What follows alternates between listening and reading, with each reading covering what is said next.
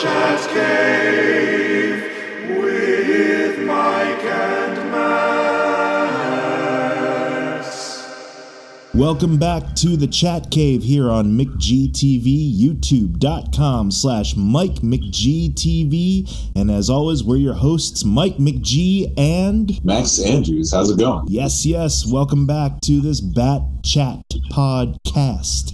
And last time we were discussing some pretty light fare in the form of the Lego Batman movie. This time we finally get around to discussing a comic book again, and a comic book that I believe Max and I both thoroughly enjoy, from Jeph Loeb and Tim Sale. This is a little bit of Batman: The Long Halloween.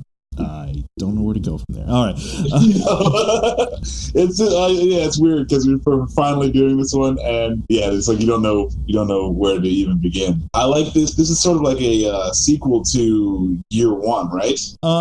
Sort of. It takes the lead from a lot of what Miller established with Year One and goes a little bit further. It was released many years after Year One. Like, I think it was released over 96, 97. It's actually something of a sequel to this story that was printed in a Dark Knight Halloween special called Haunted Night, which was the first kind of Loeb and Sale collaboration. Mm-hmm. And so while it does have influence, Batman Year One has some influence on the story a little bit. It kind of goes into its own mythology and its own universe as to how, villains like Two-Face came into existence, and a little bit more into Catwoman's backstory. I know that when I first read this, it had already been out in trade paperback form, and I was intrigued. It took a while for me to really get into the art style of it, because it was definitely a visual type of palette that I wasn't accustomed to in my comic books when I first read it. But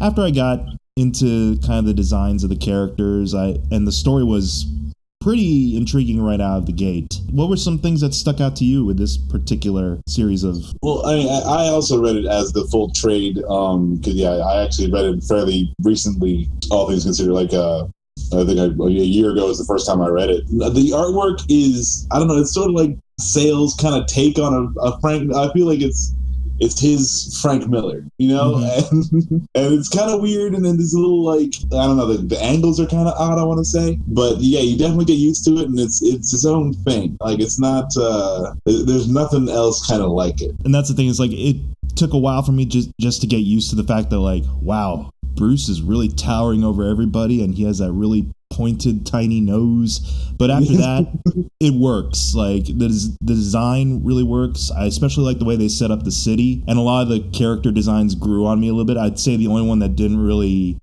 I really never got into was the Joker one, just because, man, that's a huge smile. Yeah, man, that's a chin for days. 2 foot long teeth, and it's weird. Oh man, if he went to the dentist, that dentist would be like, "This is my cash cow."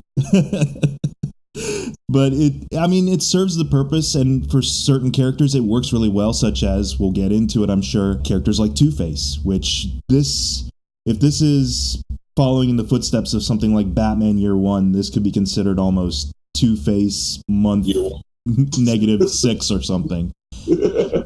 Would you want to give a little bit of a synopsis of what is entailed in The Long Halloween? There's a new villain in town, and he's killing on holidays. So this kind of takes 3 different storylines, because you're following Harvey Dent as he becomes Two-Face. You're following Batman as he tracks down this holiday killer, and he goes to Arkham. He talks to Calendar Man. There's a bunch of zany characters in this one. Calendar Man's in it. Two-Face, obviously. Mad Hatter, Poison Ivy makes an appearance.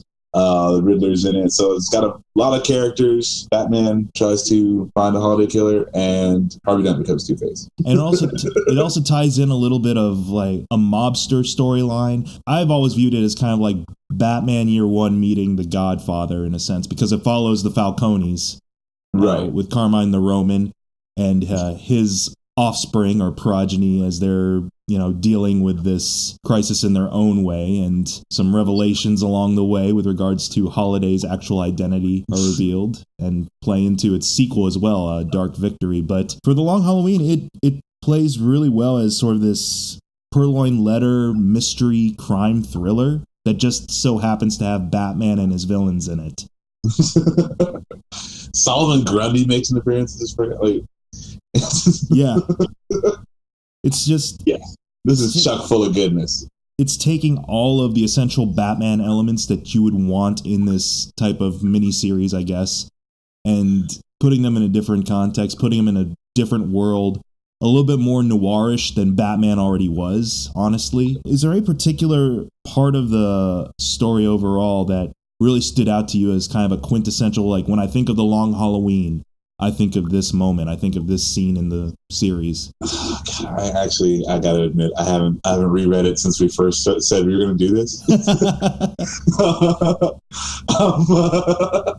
I'm terrible, but let me. I just think like when the first time you see like Two-Face as Two-Face, like that was very, very well done. When he's got all the rogues in that office and is confronting the Roman and his daughter.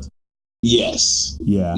I think that's like that's the moment. Well, that's what's all been building up to, because Harvey Dent, it touches upon the, what would you call it, the triumvirate of Harvey Dent, Commissioner Gordon, and Batman. And they've been working together for a while. By the time by the time the book opens up, they have been doing their little alliance thing for a while. Yeah, and speaking of the movie, I like that you feel like a lot of pulls from this in what was it, the Dark Knight? Like I didn't realize, because I'd read this after I'd seen The Dark Knight. I was like, oh, that's really cool. Like they pulled the elements from that, and it's like three men breaking the law, trying to do the right thing. Yada yada. Like these are the consequences of your actions, kind of deal. I dig it. I don't know if I think it'd be better to read this first and then see the movie though. Right. Yeah. That's what I was thinking too, because Christopher Nolan has gone on the record as saying this was one of the big kind of spurring influences for his take on Batman. It was the Jeph Loeb, Tim Sale stuff. It was definitely some Frank Miller, but also a lot of kind of earlier Batman stories that touched upon his training and things of that nature. I'm trying to think now personally too, like I'm leafing through my own copy of the book right now just to try to think like, what was kind of the big... Oh, you know what? Without even mentioning, like Catwoman, how she figures into the story quite a bit is really kind of fun. And the arc she gets and the big fight and payoff that has a lot of ramifications for later on down the line with, like I said, Dark Victory, where she takes on, what's her name, Sophia? His daughter? Yes. Like, you see, after her dad's been killed... Spoilers, I guess. After the Roman's been killed. There it is. Yeah. After the Roman's been killed, Catwoman like goes to town fighting Sophia as well and knocks her out of a window, and that sets up Sophia's condition in the next installment where she's paralyzed and has cat scratch across her face from Catwoman, and she left her with a little something. But that plays into where Catwoman goes from there, because there's a secret regarding Catwoman that's eventually revealed down the line too, and the reason why she's kind of striking out the Falcones. But we can save that for another podcast, I'm sure.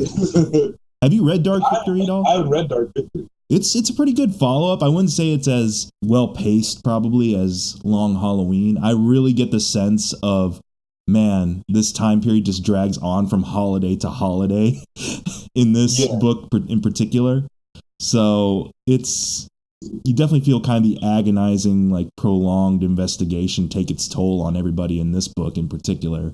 Dark Victory's all right. It introduces Robin too, so it's automatically a little bit lighter, but not necessarily that light. Like it does the Robin origin in a very dark and twisted way. I gotta check that out. Is there any character or moment in the book? I know it said it's kind of hard to recall immediately, but any moment where it kind of fell flat for you, the story?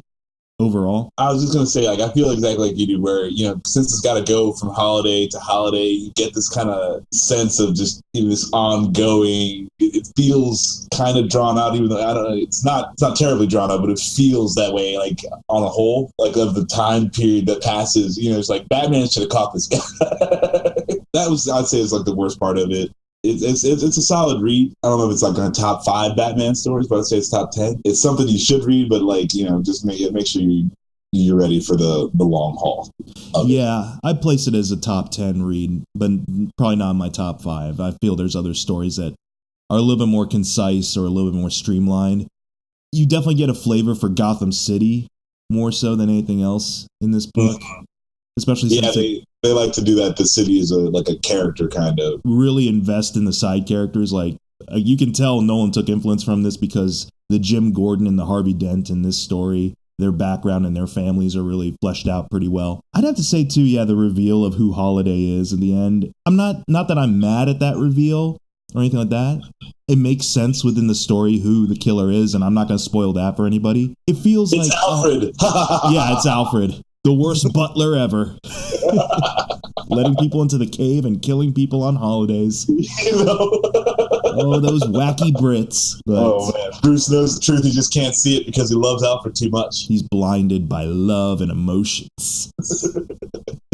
It wasn't Vicky Vale leaving him that made him cold to emotions. It was Alfred's betrayal. No, I mean, the reveal of who it is, once that reveal takes place, it does make sense. And you're kind of like, oh, but then you kind of go back and look on the book and kind of see like, it's so obvious. But I guess that's the good thing about a great mystery is that if you go back and reread it, knowing the knowledge ahead of time now, again, the answer's staring you in the face the whole time. Honestly, when they were doing Dark Knight Rises and they were casting for that, I felt Long Halloween was the way they were going to go. Joseph Gordon-Levitt's character, I thought was going to play into more of that story because I could see him in a particular role.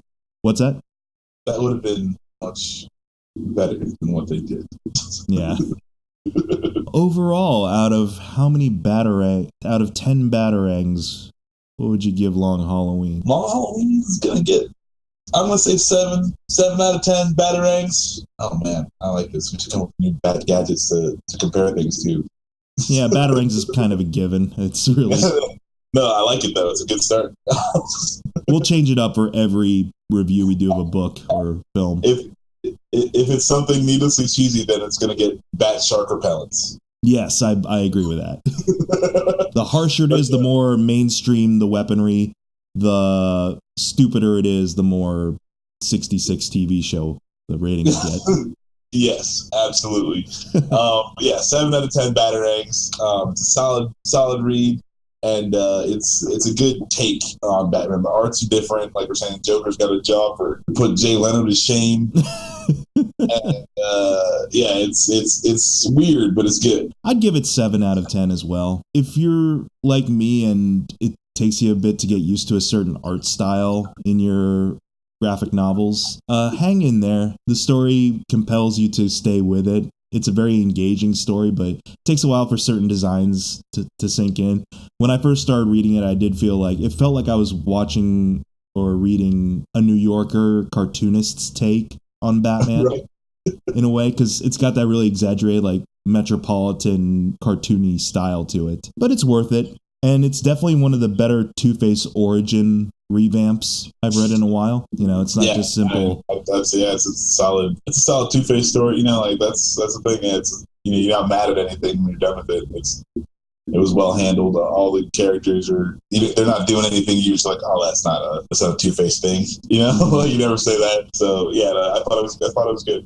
Can you imagine Warner Brothers trying to adapt this into a direct-to-DVD animated feature? I'm down. That would be pretty cool. I had hoped that they would bring back the animation style a little bit, kind of pull the reins on it a little bit. Mm-hmm. Because again, that job for days. But I'm down. Like, why not? It'd be interesting to see it, just for a different, a different look on Batman. I could definitely see like one of the anime studios that they hired for that Gotham Knight compilation. I could see one of those studios doing it pretty well and staying close to the Tim Sale artwork. Oh yeah, I mean they did a great job with Year One. I thought that art was pretty close to the style and the comic book. So I mean they can definitely adapt these things. It's not outside anyone's wheelhouse. And like if an anime studio got their hands on it, then it'd be super crazy. So make that happen, Warner Brothers. Yeah, get on it. And don't go all Killing Joke on it either. There's plenty of material here to work with. Yeah. Don't skimp on the craft services neither. For those cel-shaded animated people.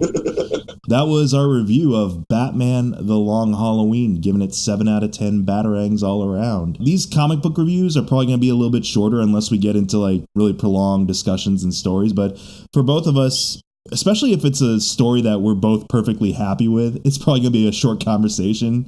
Right. That's the problem. Because we don't want to say like, it doesn't get its due. Oh, isn't it cool when this happens and this happens and this happens? Yeah, like there's not, I mean, like in this one, I don't know, it's a little more subtle, I want to say. Like there's not a lot of like jumping out at you moments, but yeah, it's still, again, really solid. And plus, like I said, we don't want to spoil, I know I spoiled a death for you. I don't want to spoil the overall mystery for you. Go read this book. It's well worth the read. Like this is a book I would recommend to my dad, and he's a Batman fan from way back and like corny, welcome old chum type Batman, but he could definitely get into a mystery, and I would definitely recommend this book as a good mystery that just so happens to have Batman in it. Yeah, it's going to be hard to kind of do lengthy reviews on stuff we like. Stuff we hate, like if you've heard our Suicide Squad or Batman v Superman thing, we need to find comics that we just absolutely loathe. It's not fair. Next time, like if we both like it, we're going to have to do a little more, I think, pre-prep. To give it its due and make sure that we're on, because like it's not fair to these guys who are out there doing the right thing. They get less time. Yeah, keep doing the Lord's work, Loeb and Sale. What else can we say? You've been listening to the Chat Cave here on a shorter episode here on McGTV, youtube.com/MikeMcGTV.